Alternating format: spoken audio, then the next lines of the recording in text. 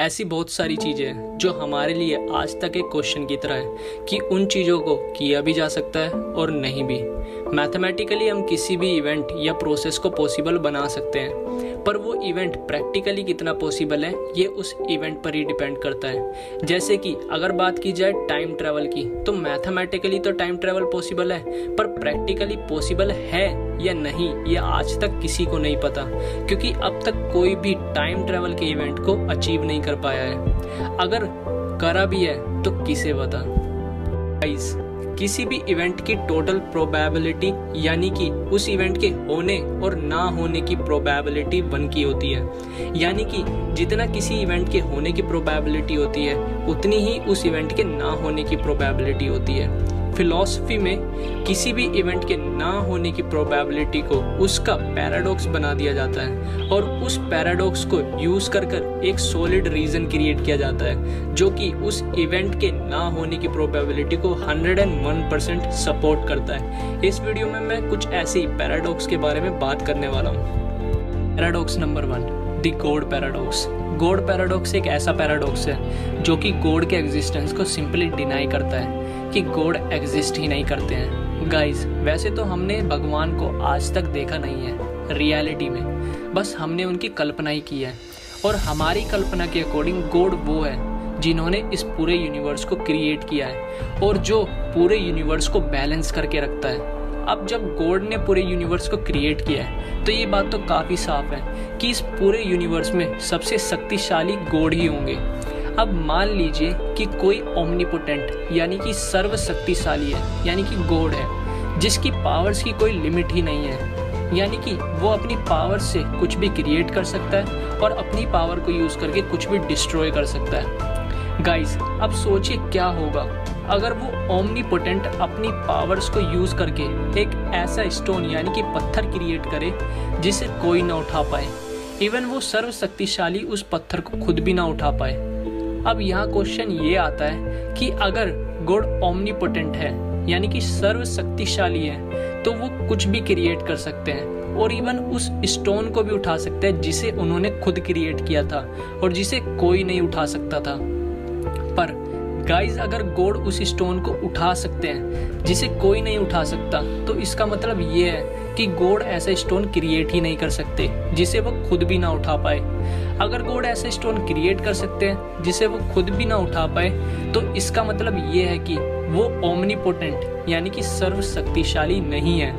इस पूरी थ्योरी का मोटिवेशन सिर्फ और सिर्फ गॉड के एग्जिस्टेंस को डिनाई करने का है कि गॉड ऐसे स्टोन बना ही नहीं सकते जिसे वो भी ना उठा पाए, और अगर गॉड ऐसा स्टोन बना सकते हैं जिसे वो भी ना उठा पाए तो गॉड सर्वशक्तिशाली नहीं है।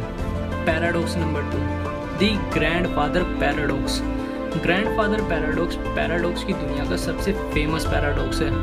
ग्रैंडफादर पैराडॉक्स एक ऐसा पैराडॉक्स है जो कि टाइम ट्रैवल जैसे अमेजिंग और इंटरेस्टिंग कॉन्सेप्ट के एग्जिस्टेंस की पॉसिबिलिटीज़ को कम करता है। इस पैराडॉक्स को कुछ इस तरीके से समझा जा सकता है। गाइस, अब मान लीजिए कि आप फ्यूचर में हो और आप फ्यूचर में इतने एडवांस वर्ल्ड में रहते हो जब time travel practically possible event है, और टाइम ट्रैवल के पॉसिबल होने की वजह से आप पास्ट या फ्यूचर में आ जा सकते हो।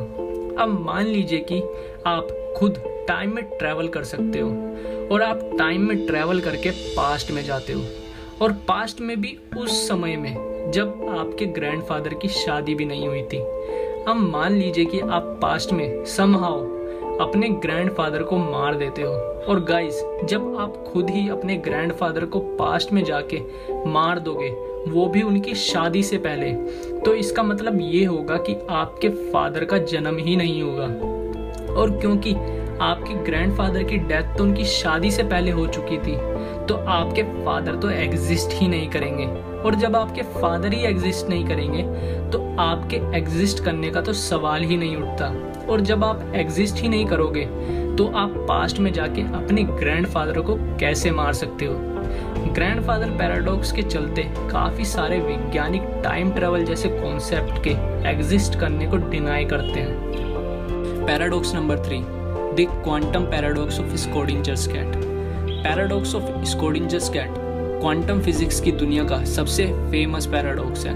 और इस पैराडॉक्स के रिजल्ट बहुत ही अमेजिंग आउटकम्स देते हैं। गाइस, अब मान लीजिए कि एक बिल्ली के बच्चे को ऐसे बॉक्स के अंदर बंद कर दिया जाता है जिसमें एक रेडियो एक्टिव एलिमेंट रखा हुआ है। अब वो रेडियो एक्टिव एलिमेंट डीके कर रहा है या नहीं कर रहा है, इस बात के बारे में हमें नहीं पता है। Since we are not observing that element, तो क्वांटम फिजिक्स के रूल के अकॉर्डिंग हमें यहाँ पर दो सिचुएशंस को मानना होगा।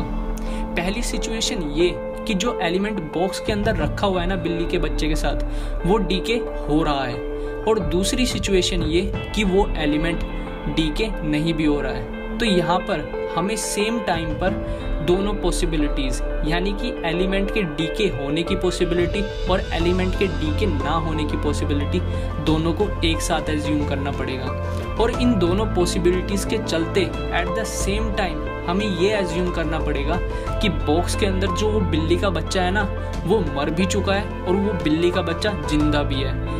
यानी कि यहाँ पर हम तब तक नहीं बता सकते कि वो बिल्ली का बच्चा मर गया है या जिंदा है जब तक हम उस बॉक्स को खोल के देख ना ले। Paradox number 4, the black hole information paradox. Guys, ये जो ब्लैक होल इंफॉर्मेशन पैराडॉक्स है ना, ये एक तरह का पजल है जो कि फिजिक्स की दुनिया की दो सबसे बड़ी थियोरीज के कॉम्बिनेशन का रिजल्ट है।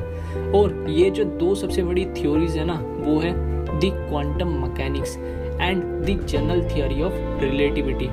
कैलकुलेशंस के अकॉर्डिंग अगर किसी भी ऑब्जेक्ट या फिजिकल इंफॉर्मेशन को ब्लैक होल के अंदर भेजा जाए, तो that physical information could permanently disappear in a black hole, जिस वजह से किसी भी ऑब्जेक्ट की बहुत सी फिजिकल स्टेट उस ऑब्जेक्ट की एक ही फिजिकल स्टेट में चेंज हो सकती है। दिस इज कंट्रोवर्शियल, क्योंकि ये जो ब्लैक होल में फिजिकल इंफॉर्मेशन डिसअपियर होने का फैक्ट है ना, वो मॉडर्न फिजिक्स के एक कोर एग्जाम्पल को वॉयलेट करता है, जिसके अकॉर्डिंग किसी भी फिजिकल सिस्टम की इंफॉर्मेशन लाइक उस सिस्टम की एनर्जी, उसकी फिजिकल स्टेट, उसके वेव फंक्शन में इनकोडेड होती है। और किसी भी फिजिकल सिस्टम में एक पर्टिकुलर टाइम पर वेव फंक्शन की जो वैल्यू होती है ना, वो किसी और टाइम के वेव फंक्शन की वैल्यू को डिसाइड करती है। Paradox number 5, the boot strap paradox. Guys, boot strap paradox time travel के कॉन्सेप्ट का एक थियोरेटिकल पैराडॉक्स है, और ये पैराडॉक्स तब जन्म लेता है जब किसी भी पीस ऑफ इंफॉर्मेशन या ऑब्जेक्ट को पास्ट में भेजा जाता है, और वो जो पीस ऑफ इंफॉर्मेशन या ऑब्जेक्ट पास्ट में भेजा जाता है ना, वो एक इन्फिनाइट कॉज इफेक्ट लूप में फंस जाता है, और उस ऑब्जेक्ट के लूप में फंसने की वजह से उस ऑब्जेक्ट से रिलेटेड एक बहुत ही इम्पोर्टेंट इंफॉर्मेशन लॉस्ट हो जाती है। और वो जो इंफॉर्मेशन लॉस्ट होती है वो होती है उस ऑब्जेक्ट के ओरिजिन की इंफॉर्मेशन, कि एक्चुअली उस ऑब्जेक्ट का ओरिजिन कब और कहाँ हुआ था, या उसे कब बनाया गया था। और इस इंफॉर्मेशन के लॉस्ट होने की वजह से इस ऑब्जेक्ट को सेल्फ क्रिएटेड ऑब्जेक्ट कहा जाता है, जिस वजह से ये कभी पता ही नहीं चल पाता है कि उस ऑब्जेक्ट को किस प्लेस पे और किस टाइम में क्रिएट किया गया था। I hope so guys you will like this video, and if you guys like this video, so subscribe, and you can also follow us on Instagram and Facebook. Thank you.